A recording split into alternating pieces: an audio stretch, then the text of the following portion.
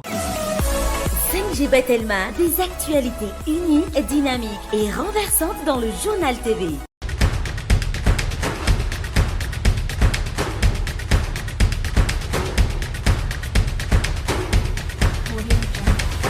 Noltranao ny fampalalam-baovao. INA, plus raffiné que jamais. ITA, huilerie industrielle de Tamata, Isacham Telsuluariv. Vous présente Niv.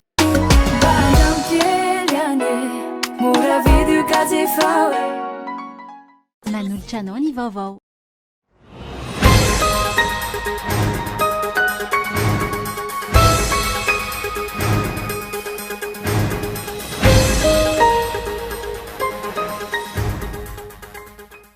Nankatoavy ny teo anivon'ny fitsarana avy momba ny lalam-panondrenana ny LFI 2024 raha ny fanapa-kevitra izay nivoaka omaly ankilany mampanahy ireo firaisamom-pirenena ny mety sy ny fitarany fitoam-pitondrana ho an'ireo be ny tanàna amin'ny taona 2024. Nandiso ny vaovao ny paritaka tatoato izay nilaza fa tsy ho isan'ny kandida amin'ny fifidianana filoham-pirenena ny filoha teo aloha Rajaonany Mampianahery androany ny mpandritra nasionaly ny antoko HVM sy mbola fotoana ampahafantarana izany izao raha ny fanazavany. Mipetraka ny oram-baratra eto afovoan-tany sy ny tapany avaratry ny nosy mandritra ny fankalazana ny fetin'ny Noely raha nitatitry ny sampana mpamatatra ny toetry ny andro. Ho amin'ny maresaka anivelany tsy mananjoa no fianarana eny amin'ireo ambaratonga ambony ireo vehivavy ao Afghanistan anton'izany tsy fanajana ireo lalàna amin'ny fomba fiakanjo napetraky ny Taliban. Ny andindinin'izay avy hatrany.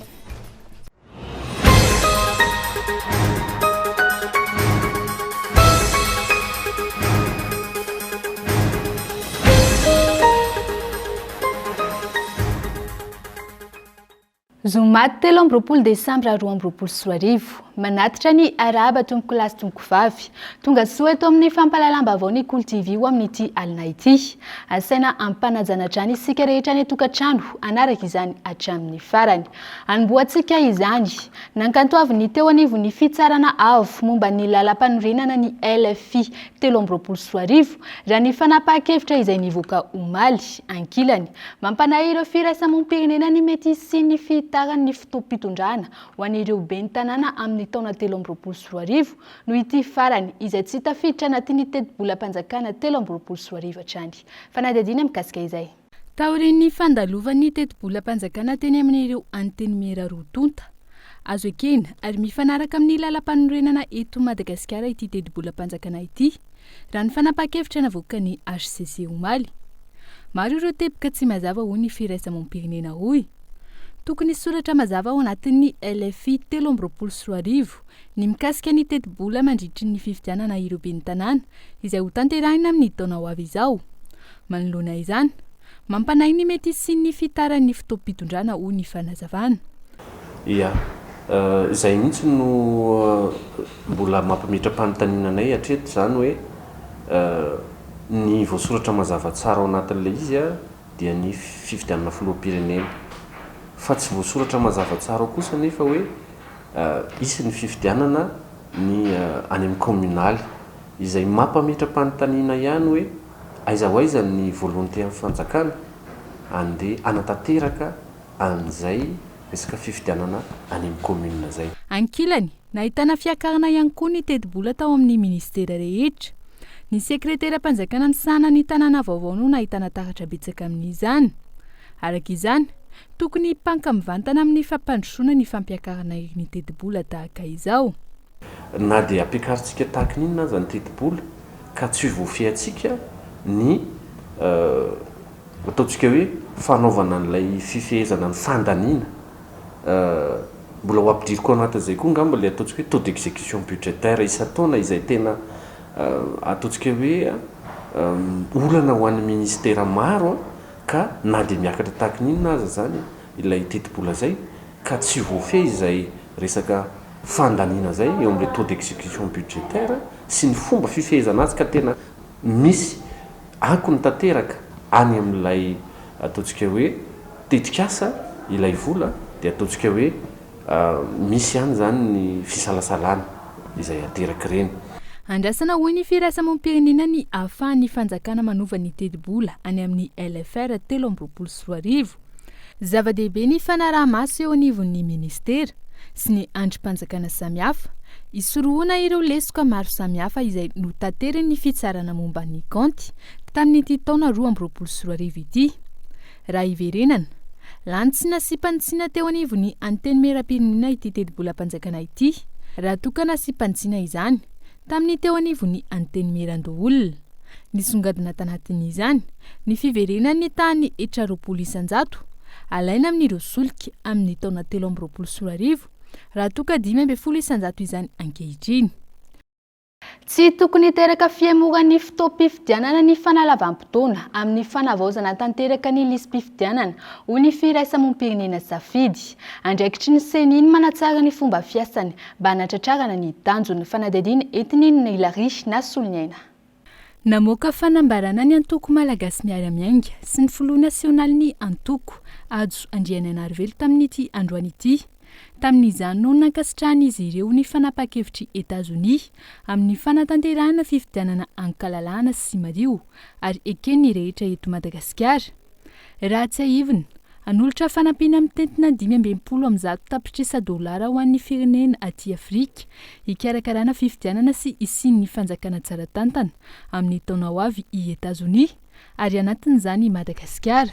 Ao anatin'ity fanambarana navoaka ny antoko MMM ity no nilazany ny filoha nasionaly ny antoko fa ny fandraisana andraikitra sy ny fahavononana asehon'ny Etazonia ho an'ny demokrasia malagasy dia ahafahana manatanteraka fifidianana ara-demokratika. Manamafy ny antoko MMM fa ny fampiasana ny lisitry ny mpifidy alphanumérique miaraka amin'ny sarin'ireo mpifidy voasoratra anatin'izany dia ahafahany olom-pirenena manamora ny fikirakirana sy ny fanamarinana ny momba azy ao anatin'ny lisam-pifidianana. Ity antoko ity izay miantso ny fiara-miantan'ny rehetra, ny mpisehatra sy ireo mpiara-miombona antoko anana fifidianana mandala ny demokrasia anatin'ny filaminana mangarahara ary eken'ny rehetra isorohana ny krizy izay hiteraka fatiantoka ara-toekarena sy ara-tsosialy eto Madagasikara. Momba izay tontolo ny fifidianana izay hatrany mila mitady ny hevitra anafainganana ny asan'ny seni ao anatin'izao fanalavam-potoana natanterahana ny fanavaozana tanteraka ny lisam-pifidianana izao ho ny firaisamonim-pirenena mpanara-maso ny fifidianana safidy. Tsy tokony hisy fiantraikany any amin'ny fanatontosana ny fifidianana araka ny efa voarakitry ny lalàna ny fanitarana ny fanisana ny mpifidy. Atao kokoa zay atsaratsara ny fomba hikirakirana n'ilay listra zany mba hoafoizina kokoa indray zany ny fomba fikirakirana ny listra mba ahafahana mantanteraka n'ilay verification rehefa avy eo na ilay fanamarinana n'ilay lisam-pifidianana satria araka ny resako tamin'ny voalohany teo tokony omena zany fotoana sy fahefana ireo zay nisoratra tamin'ny lisam-pifidianana tena halala marina fa voasoratra ao anatin'ny lisam-pifidianana izy ary zay moa zany ilay fanamarinana tokony atao indray any amin'ny dingana manaraka dia ireny zany ezahana hitadiavana hevitra ny anatsarana azy fanafoezana ihany koa mba anatrarana an'izany le fotoana tokony anatanterahana ny fifidianana satria na inona zany fiamorana ty amin'ny fikarakarana mialoha dia tokony tsy hiteraka fiamorana any amin'ilay fikarakarana ny fotoam-pifidianana izay voasoratra araka ny lalàna zay fiamorana ty amin'ny fikarakarana ny fanavaozana ny lisam-pifidianana zay. Tokony anatsara ny fomba fiasa ihany koa ny seni na eo aza ny fanenjehana ny fandisana mpifidy raha ny fanazavana hatrany. Ara-teknika zany rehefa misy dingana anankiray afoezinao dia mitady hevitra ianao alafainao dia mitady hevitra ianao amin'ireo dingana manaraka rehetrarehetra mba hanafiasa tsaratsara kokoa hanafoezana zay dingana raha farehetra zay ka hatratrarana n'ilay fanalavana zay nitanterahana taty mialoha zany zay na amin'ny alalan'ny fanatsarana ny fitaovana sy ny fomba fiasa na amin'ny alalan'ny fampitomboana olona zany mety azo anatsarana n'ilay fomba fiasa fa raha eo amin'ny ray volana mahery eo aloha zany ny fanalavana entina mantanteraka n'ilay fisoratana dia tokony mbola raha ny fahitana anazy ara-teknika tokony mbola azo tratrarina tsara zay raha tsaraina tsara ilay fomba fiasa manaraka. Tsy aivina manodidina ny 500 ny mpifidy ankehitriny no vita fanisana ary ny ambiny io ihany no hovitain'ny seni hatramin'ny 1 janoary. Androany, nanambarany sehatra mpanara-masoan'ny fifidianana safidy fa hanao jeritodika ny amin'ny fahalavoriana ireo fanisana efa vita, ahafahan'izy ireo manome sosokevitra fanatsarana. Nandiso ny vavaony paretaka tato ato izay nilaza fa tsy ho isan'ireo kandida amin'ny fifidianana filoham-pirenena ny filoha teo aloha Rajaonarimampianina Hery androany ny mpandrindra nasionaly ny antoko HVM. Tsy mbola fotoana ampahafantarana izany izao raha ny fanazavany. Entsaikilany manaitra ny mpitondra ity antoko ity manoloana ny fikatsoan'ny toe-karena ankehitriny. Fanadidina entiny Iona Sainy. Tsy mbola nilaza ny rotsaka na tsy amin'ny fifidianana filoham-pirenena amin'ny taona ho avy ny filoha teo aloha Rajaonarimampianina Hery. Tsy marina araka izany vavao mivoaka etseroa izay mifanohitra amin'izay hoy ny tompona andraikitra eo anivo ny antoko Hery Vavao ny Madagasikara. Dia ambafisina eto zany fa efa volana herinandro maromaro zany zay no efa nametraka ny antoko ny fangatahana ny filatsahan'ny filoha mpanorona Hery Rajaonarimampianina. Tsy miverina amin'izany ny antoko ary tsy miverina amin'izany ny filoha Hery Rajaonarimampianina fa ao anatin'ny fametrahana ny rafitra, fanajana ny rafitra, fametrahana ny rafitra, fanajana ny rafitra eto amin'ny antoko ka tsy maintsy ho avy ny fotoana anamafisana an'izany amin'ny fomba ofisialy. Fa ny antoko ohatra ny fanao rehetrarehetra dia manantena nangataka ny firotsahana inga filoha Hery Rajaonarimampianina. Fahafantaranay azy aloha hatramin'izao mbola tsy nisy olona nitolona hoe ilatsaka maninona ny filohanay ny atao an'izany. Manahirana anay le mihaino an'le hoe sarotra tsy ho resy mihitsy ny zareo mpitondra amin'izao fotoana izao. Ohatra ny aminay zany ohatra ny fanambaniana vahoaka. Fifidianana ne vahoaka no mitsara. Rehefa mazava madio io eken'ny rehetrarehetra dia izay lahan'ny sitrapony vahoaka ao. Tsy any amin'izay ho kandida no mahamaika fa ny fanarenana ny firenena izay latsaka katerena ankehitriny raha ny fanazavana. Mpiasa mpanjakana maro no tsy mbola nisitraka ny karama hatramin'ny androany hoy ny mpandrindra nasionaly ny antoko HVM, tranga izay tsy mbola nisy teto amin'ny firenena. Ity tompona andraikitra ity izay nanohy ny heviny ihany koa tamin'ny fidiran'ny fanjakana amin'ny bon de trésor spéciaux. Paikady anankiray iny fa milaza ihany koa hoe laniny ao an-tsopitra dia misotrina ny vola mandehandeha any zany satria be da be ny vola mandehandeha eto amintsika tsy fahata-piaviana. Aza dino amin'ny resaka exportation io ny sous-facturation dia mitarika ny famoaham-bola eto amintsika ary ny surfacturation dia fampidirana vola tsy fahata-piaviana eto amintsika.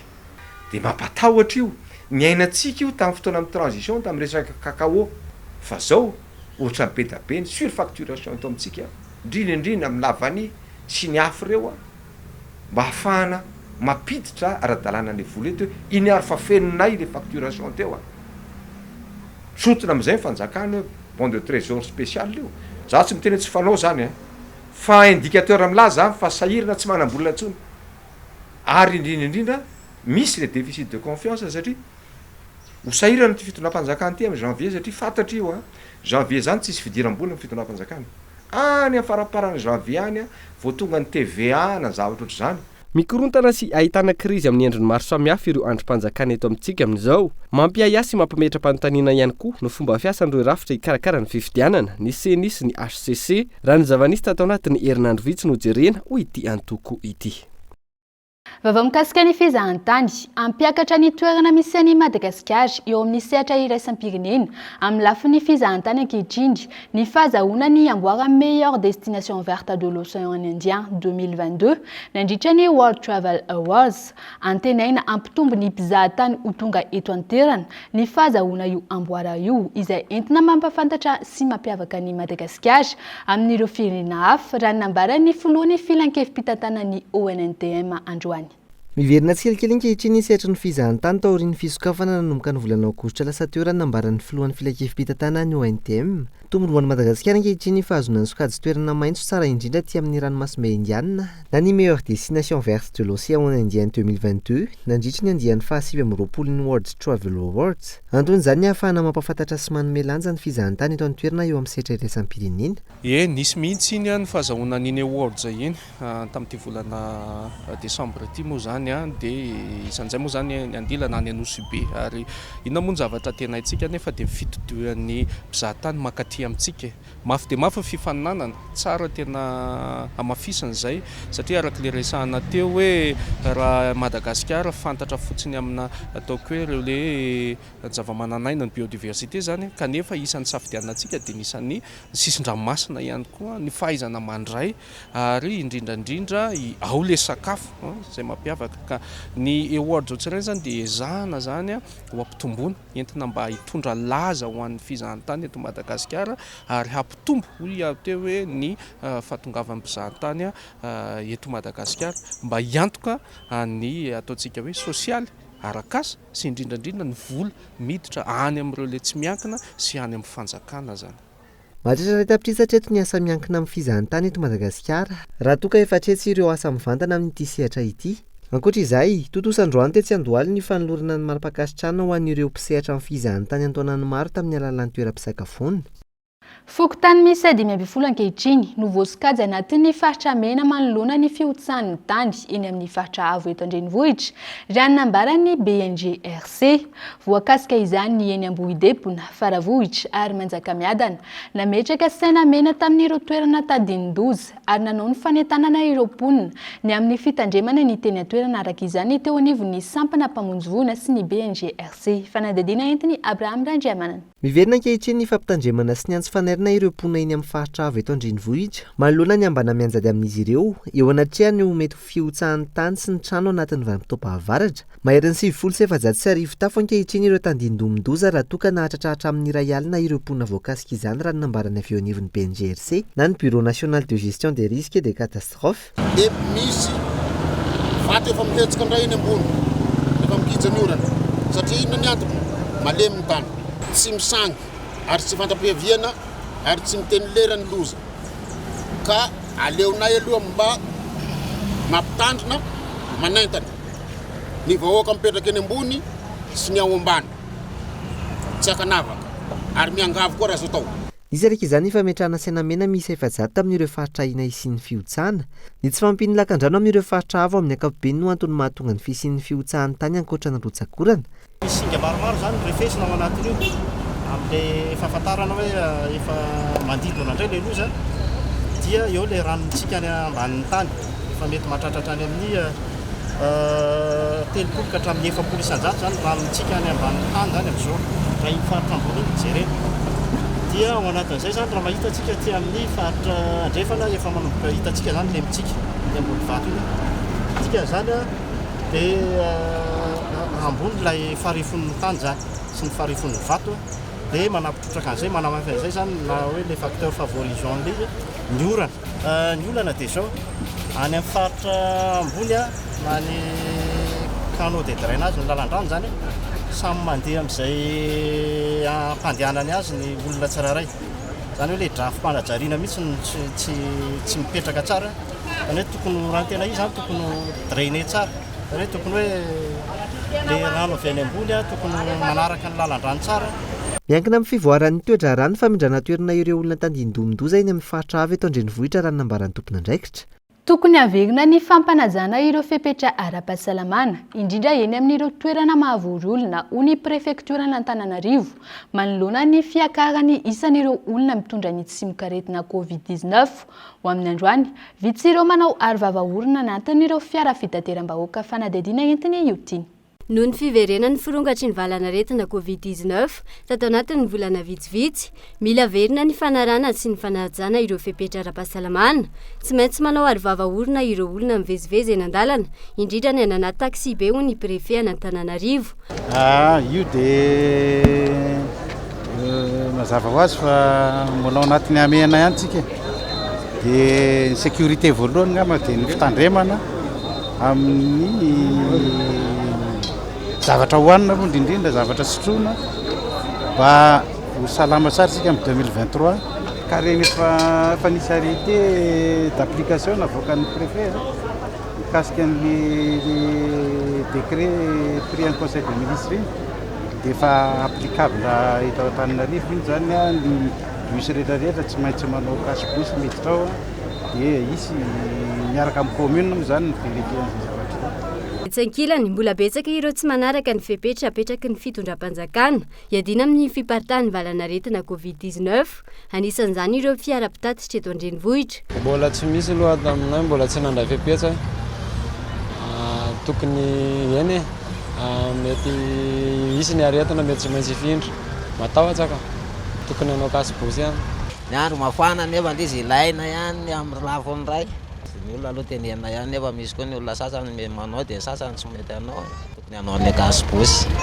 Izay iviny misy 5,700 ny isan'ireo olona lavin'ny covid-19 teto Madagasikara hatramin'ny taona 2020 no makaty.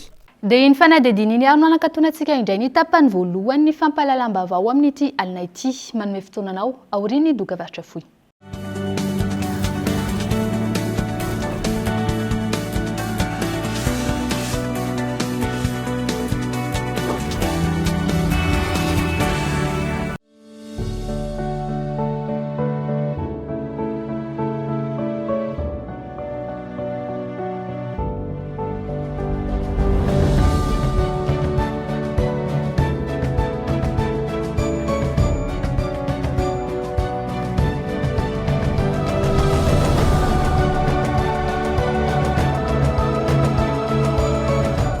Tsisy isika izao isika iray.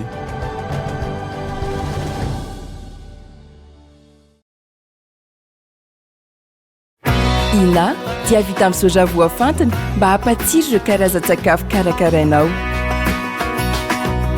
Ny menaka Ina dia ahitana oméga 3 sy oméga 6 ary ara-pahasalamana no notrikaina entin'ny soja.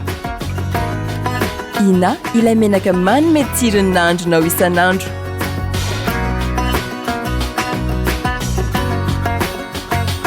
Ina, plus raffiné que jamais. Ita, huilerie industrielle de Tamata, misatra amin'ny telo sy roa arivo.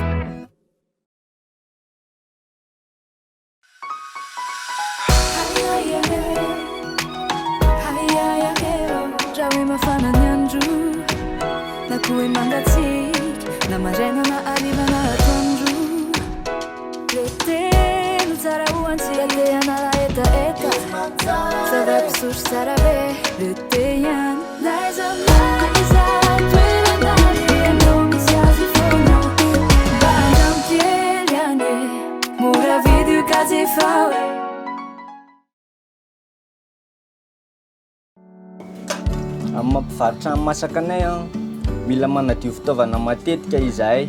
Liquide vaisselle nickel no ampiasainay sady manadio no mampangirana. Tena tsy afaka amin'ilay lessive nickel ntsony satria izy tena tsy manimba tanana sady tsy mampivalo lokon'ny lamba. Nickel, mpanjaka ny fahadiovana.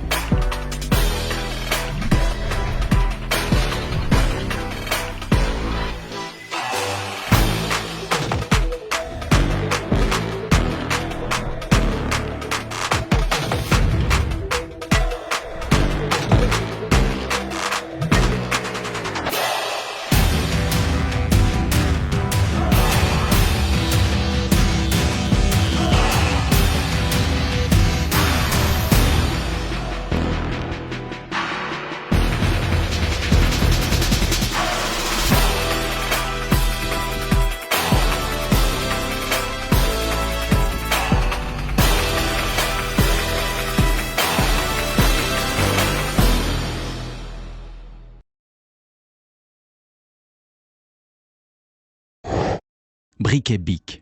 Comptez sur Bic.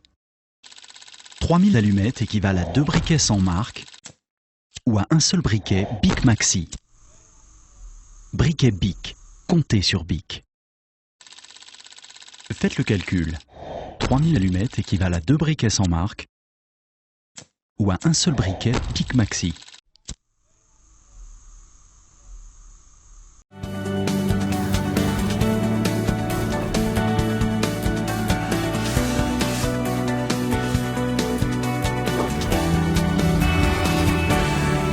Tavaverina indray ato amin'ny tapany faharoa ny fampalalam-bavao mamerina ny araba tombokilasy tombokivavy.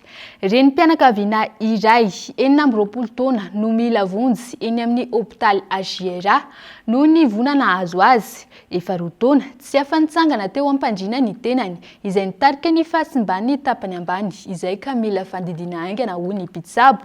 Tsy misy ny enti-manana hiatrehana ny fandidiana intsony ny fianakaviana ka manao antsoavo amin'ireo malala-tanana izy ireo afana manao ny fandidiana aingana fanadidina entiny Ilarina Soniaina. Reny mpianakaviana 40 taona mananjanaka iray Rasoa Tahiana Arlette. 2 taona izao no tsy nahafahan'ny hitsangana teo am-pandriana intsony noho ny vonana azo azy. Latsaka tany anaty lavadrano mirefy 2 metatra izy ary naharitra 12 ora no nijanonany tao anatin'ilay lavadrano no izy tsy nisy nahita raha ny fitantaran'ny vadiny. Vokany, ny tapany ambany iray manontolo no tsy maheno inona intsony amin'izao fotoana ary efa mandoaka ny fery amin'ny feny no izy tsy nahazo fitsaboana ara-potoana vokatry ny tsy fahampiany enti-manana.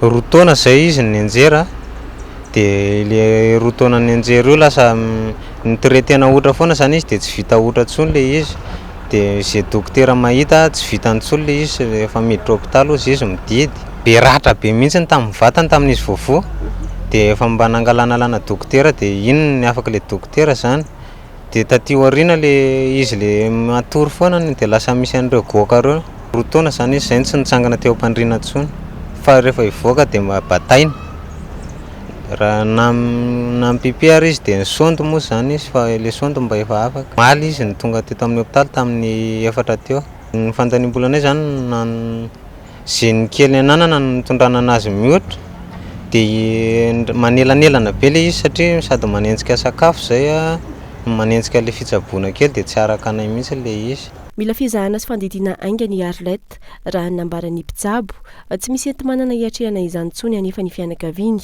Zara Raseroma iray no mipetaka amin'ny Arlette amin'izao fotoana noho ny tsy fahafahan'izy ireo manefa ny vidiny fanafody. Antony anaovan'izy ireo antsoavo amin'ireo malala-tanana. Vazana mazana zany le izy le latsaka tao iny dia tsy maheno dia ino mitondra anazy urgent be satria lasa mandoaka ny vatany ambany iny zany mandoaka daholo dia zista teo amin'ny foatra midina iny tsy maheno ohatrany hoe maty mihitsy zany dia hoe misy taolana mifandisa ao aoriana ao dia misy naira voatsindry ozatra be zany dia iny mahatonga anazy tsy maheno dia hoe ho atao scanner izy zao dia hodidina dia zay ny mba angatahanay hoe antsoava amin'izay malala-tanana zany hoe mba mila fanampiana zay fa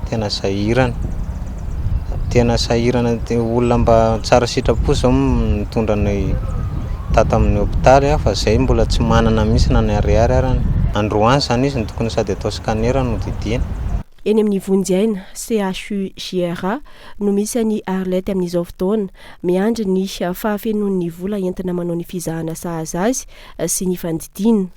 Ny laharana 034 08 957 39 misoratra amin'ny anarany Rakotiny Indrina Léon Jean Augustin vadiny no ahafahan'izy ireo mandray ny fanampiana avy amin'ireo malala-tanana. Falafimbavao hafa kosa indray manoloana ireo olana maro mianjady eto amin'ny firenena indrindra ny firongatry ny valana aretina maro.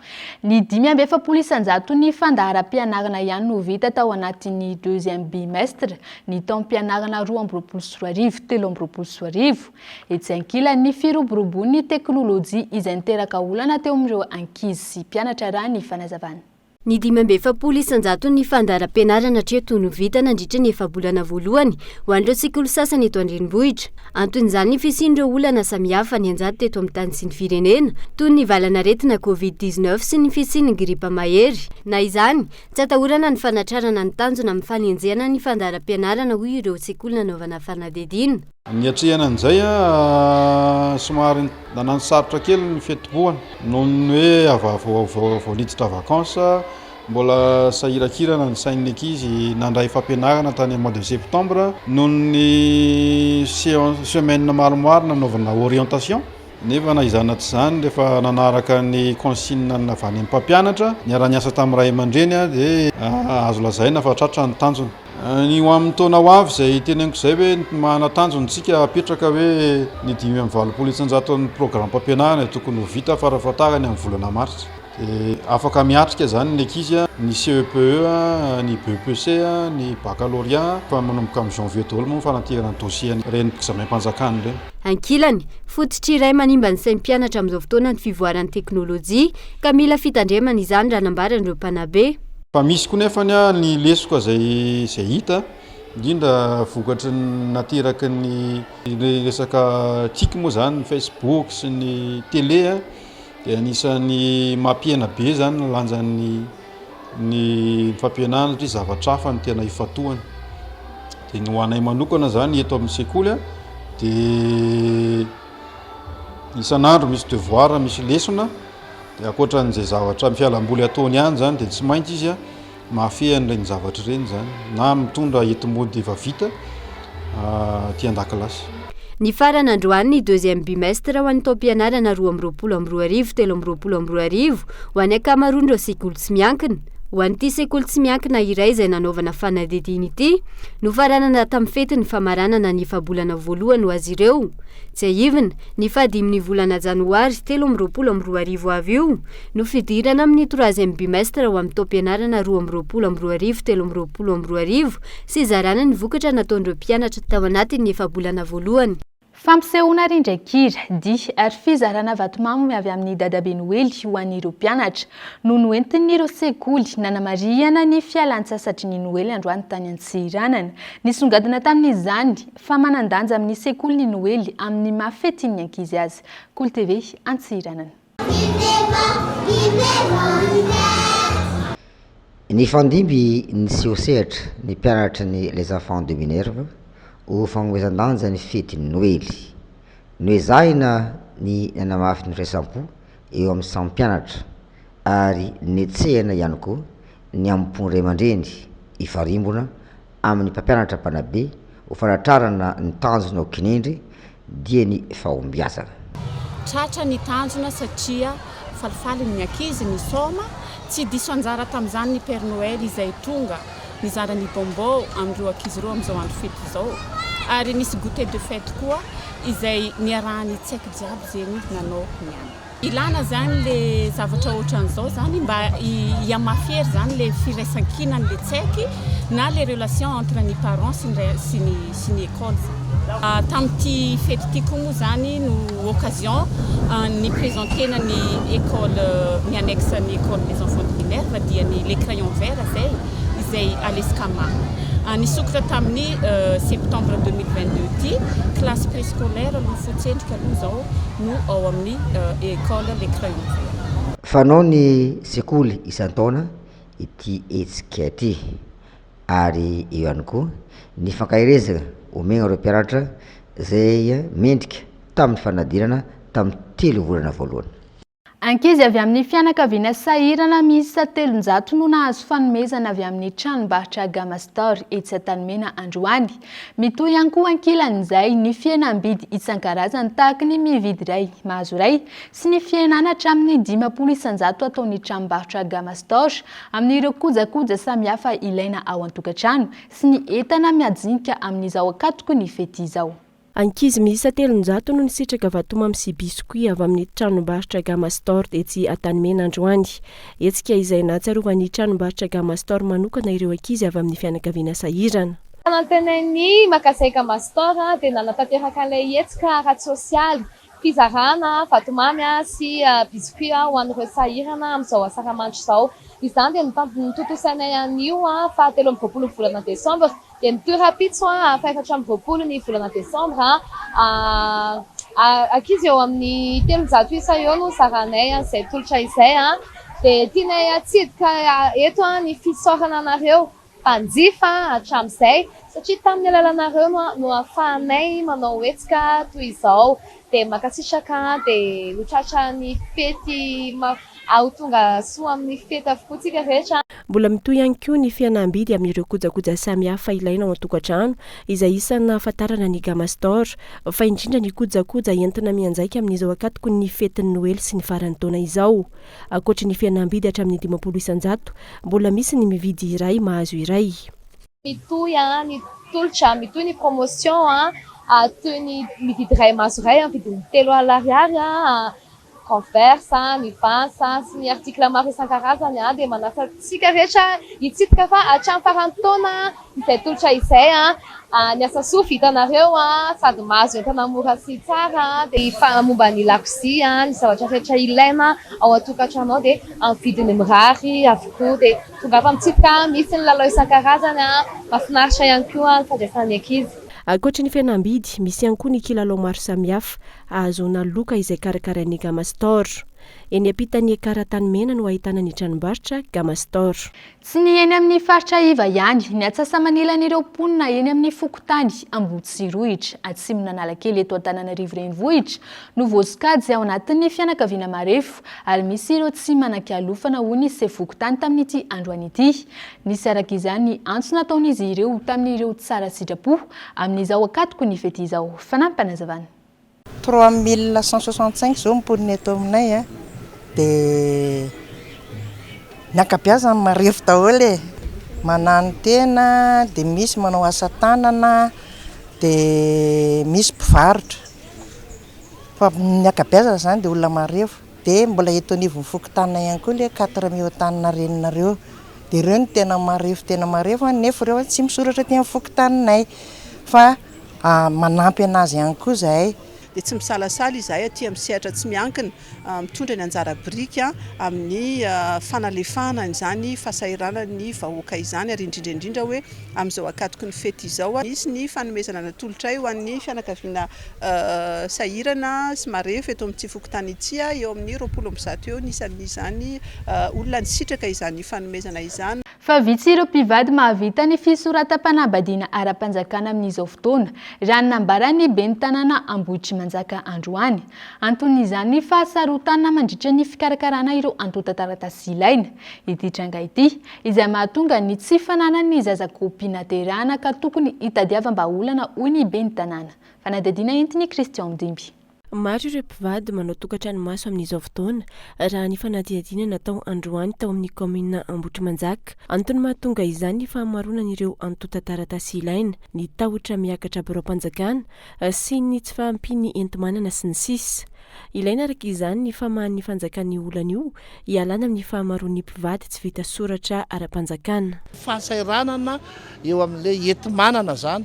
Satria mieritreritra foana zany eo amin'ilay resaka fiarahamonina rehefa isoram-panambadiana, rehefa anao fanambadiana dia tsy maintsy mandany vola mikarena be, manasa havana sy ny sisa. Eo zany anisany sakana anankiray. Rehefa ara-dalàna ny tokantrano miaina tsara, normal tsara izy dia azo lazaina hoe manana ankonina vanina sy azo antenaina. Rehefa manjaka ny fahamarinana afaka manaja tsara ny fifampitondrana sy ny lalàna ny ankonana anankiray dia izay no fototry ny fampandroana dia zay zany mba tianana zany hoe taranaka tanora manana ny zavatra ara-dalàna amin'ny resaka fanambadiana zany mba ananany taranaka vanina ary ananany zoko koa ananany zaza zoko koa ny zaza aterany anariana any zany. Ny tsy fahavitan'ireo ray aman-dren'ny soratra no isan'ny mahatonga ireo zaza tsy manana kôpy mandra-pahalehibeny ary tsy afaka misitraka ireo zo maro samihafa eto amin'ny firenena raha tsy laza afa-tsy ny fifidianana noho ny tsy fisian'ny karapanondro. Ity tranga ity izay efa nanairan'ny firaisamonim-pirenena maro teto Madagasikara ny amin'ny tokony anavaozana ny fomba fiasa sy ny taratasy ilaina. Tombony amin'izany fa ahafahana mampiena ny fandaniam-bola-panjakana amin'ireo hetsika kôpy sy karapanondro fahobe izay mahaberesaka eto amin'ny firenena. Androany no tanterahana tetsy amin'ny komina Ambohitrimanjaka ny hetsika fisoratam-panambadiana fahobe ka mpivady miisa 770 no nisitraka izany. Nampitombo hatramin'ny 100 ireo taksi brosy mampifandray Antananarivo amin'ny tapany avaratry ny nosy noho ny fitombon'ireo mpandeha hoy ny tompon'andraikitra eny amin'ny tobo fiantsonana Maky Andotapenaka androany. Na eo aza izany tsy mbola mitovy tamin'ny vanim-potoana talohan'ny Covid-19 ny isan'ireo mpandeha. Fanandediny. Ny andro androany ny ankamaroan'ireo mpandeha vao niala teto Antananarivo hiazo ny ilany avaratry ny nosy. Nampitomboana vokatra izany ny fiara noho ifitombon'ny mpandeha io. Isa izay tafiakatra hatramin'ny 100 hoy ny tompon'andraikitra eto amin'ny van'ny tobo fiantsonana Maky Andotapenaka. Misy teo amin'ny hatrany amin'ny 60% à 65% tany ny fiakarana nisan'ny mpandeha na ny nombre ny véhicule makany afaritra. Tamin'ny andavanandro tsika malasa fiara hatrany amin'ny 135-140 véhicules amin'izao fotoana izao dia eo amin'ny 215 210 véhicule eo no miaingy eto amin'ny Karamakindotapenaka na mihoatra kely amin'izay. Raha oharina zany amin'ny 2019 tambola tsisy Covid dia azo lazaina hoe nienatra any amin'ny 45% ny mpandeha. Raha mihoatra ny amin'izao iainantsika izao raha fotoana sala amin'izao zany satria izao fotoana tena anisany hoe tokony mahabe olona indrindra ankoatran'ny hoe alohan'ny faran'ny taona dia hitako hoe niena be mihitsy. Manoloa ny fitombon'ny mpampiasa lalana io ilaina ny fitandrimany rehetra isorohana ny loza. Satria maro ny fiara mivezivezy mba isorohana ny mety ho loza eo ihany koa ny état de route eto amintsika somary manahirana dia oka samy hitandrina. Ny fanentanana moa zany an'ireo mpamily fitateram-bahoaka dia ampahafantarina foana isika fa ain'olona no entintsika ary ny fiara fitateram-bahoaka dia tsy natao hijerena tanjakana fiara na hisetrasetrana fa raha ohatra ka hijery tanjakana fiara dia misy toerana anaovana zany eny Meritsia Tosika fa ny fitateram-bahoaka dia natao hitaterana hiadana ny vahoaka zany hoe privilège ho an'ny vahoaka tombontsoa an'ny vahoaka ny voyage. Vaovao mikasika ny toetry ny andro mipetraka ny oram-baratra eto avovon'ny tany sy ny tapany avaratry ny nosy mandritry ny fankalazana ny fentin'ny Noely raha ny tatitra ny sampana mpamantatra ny toetry ny andro androany. Ankilany tsisy ny fiantraikany amin'ny rotsakorana eto Madagasikara ny fisian'ilay rivo-doza Darianina ao amin'ny ranomasimbe Indiana. Itony rotsakorana eto afovoan-tany sy ny tapany avaratry ny nosy ny farany herinandro avy izao. Tafiditra anatin'izany ny faritra Nalamanga, Itasy, ny any Avakinankaratra hatrany Bongolava raha ny fanazavany teo anivony sampana famantarana ny mety ho toetry ny andro. Manodidina ny 4 degré ny maripana ambany indrindra raha toa ka 7 degré ny maripana ambony indrindra eto Antananarivo mandritra ny fety Noely. Ho an'ny andron'ny 7 volana Desambra kosa indray ny kasika ny fankalazana ny Noely moa zany dia mbola mbanana hipetratra any ny orana ho an'ny tapakandro hariva ho an'ireo faritra voakasika ireo dia mitovy amin'ny tamin'ny rapitra zany dia misy mitatra hatrany amin'ny tapany avaratry ny nosy ihany koa. Ny maimaina ao anatin'izay zany zao ny faritra atsimo andrefana iny sy ny tapany atsimon'ny Madagasikara dia ny maripanantsika ihany koa raha ny zava-misy aloha somary dia tena hoe misy fiovana firy raha ny faritra Nalamanga fa ny any amin'ny faritra Avakinankaratra sy faritra Matsiatra ambony iny no misy fidinana raha ny tombatombana zany mety tafidina hatrany amin'ny. Itovy amin'ny tato anatin'ny telo andro ihany koa ny toetry ny andro amin'ny romoron-tsiraka raha ny fanazavana. Tsy misy ahina amin'ny toetry ny andro aty amin'ny ranomasimbe Indiana ny rivo-doza Darianina miforona ao anatin'ny ranomasimbe Indiana amin'izao fotoana hoy ny avy eo anivon'ny meteo Madagasikara. Ho amin'ny maresaka any ivelany tsy mananjoa ny fianarana eny amin'ny ambaratonga ambony ireo vehivavy ao Afghanistan anton'izany tsy fanajana ireo lalàna amin'ny fomba fiakanjo napetraka ireo Taliban. Misy ny fanaraha-maso mikasika ny antsipirian'ny fiakanjon'ireo vehivavy any an-toerana izay melohany ireo minisitra mikambana ao amin'ny G7 ho eloko amin'ny fanajana ny zo maha-olombelona fanadihadiana ao amin'ny Sarali France 24. Dans les rues de Kaboul. Ao Kaboul. Vondrona mpianatra maro no mitarika fitokonana eny an-dalambe ary mangataka ny zo hiverina anohy fianarana eny amin'ny ambaratonga ambony.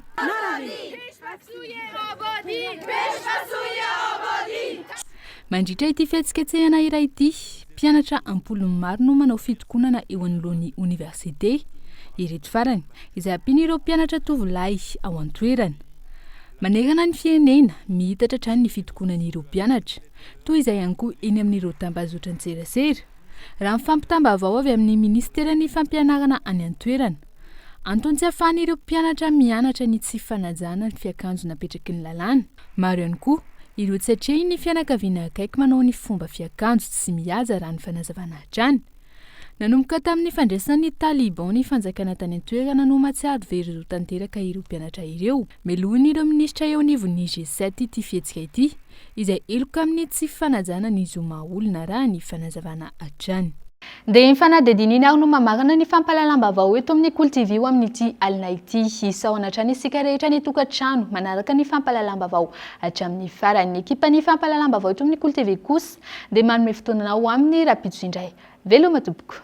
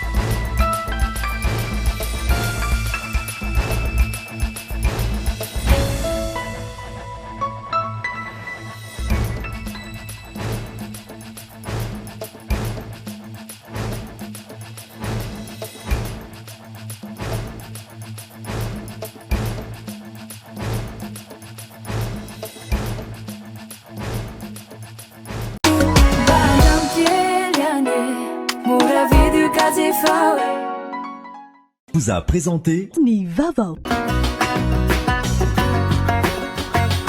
Ina, plus raffiné que jamais. Ita, huilerie industrielle de Tamata, Isacham Telsuruariv. Vous a présenté Nivava. 5G Batelma, des actualités uniques, dynamiques et renversantes dans le journal TV.